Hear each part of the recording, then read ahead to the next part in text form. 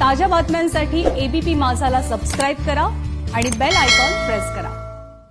आता एक मोठी बातमी येते। अण्णासाहेब पाटील आर्थिक मागास विकास महामंडळाच्या अध्यक्ष आणि उपाध्यक्ष यांच्या नियुक्त्या या रद्द करण्यात आलेल्या आहे। महाविकास आघाडी सरकारने हा निर्णय घेतलेला आहे आणि लवकरच अध्यक्ष आणि उपाध्यक्षपदी नवीन सदस्यांची नियुक्ती होणार आहे। अधिक माहिती घेऊयात, आपले प्रतिनिधी निलेश बुधावले आता आपल्या सोबत आहेत। निलेश, काय सांगशील या निर्णयाबद्दल? सौरभ, मराठा आरक्षण आणि या संपूर्ण प्रकरणामध्ये मागील काही दिवसांपासून नरेंद्र पाटील यांना चांगलीच एक आक्रमक भूमिका घेतल्याचं आपल्याला पाहिलं होतं। सध्या नरेंद्र पाटील हे शिवसेनेत आहेत। ज्यावेळेस सातारा लोकसभा इलेक्शन झालं होतं त्यावेळेस ती भाजपसाठी सीट सुटली होती, शिवसेनेसाठी सीट सुटली होती। त्यावेळेस नरेंद्र पाटील यांनी भाजपमधून शिवसेनेमध्ये प्रवेश केला होता। तेव्हापासून ते शिवसेनेतच होते।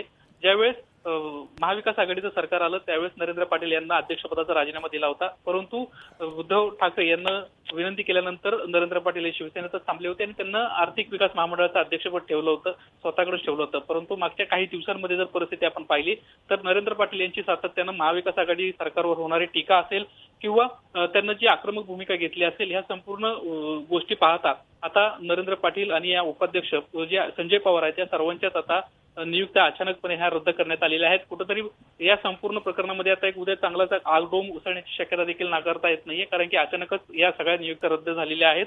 मराठा आरक्षणाचा सध्या विषय आहे। आर्थिक विकास महामंडळाला आर्थिक रक्कम मोठ्या प्रमाणात मिळावी अशी देखील वारंवार सातत्यानं मागणी होते। या मागण्यांकडे कुठेतरी दुर्लक्ष होत असतानाच आता हा निर्णय घेतल्यानं कदाचित महाविकास आघाडी सरकारला याचा मोठा फटका बसण्याची शक्यता।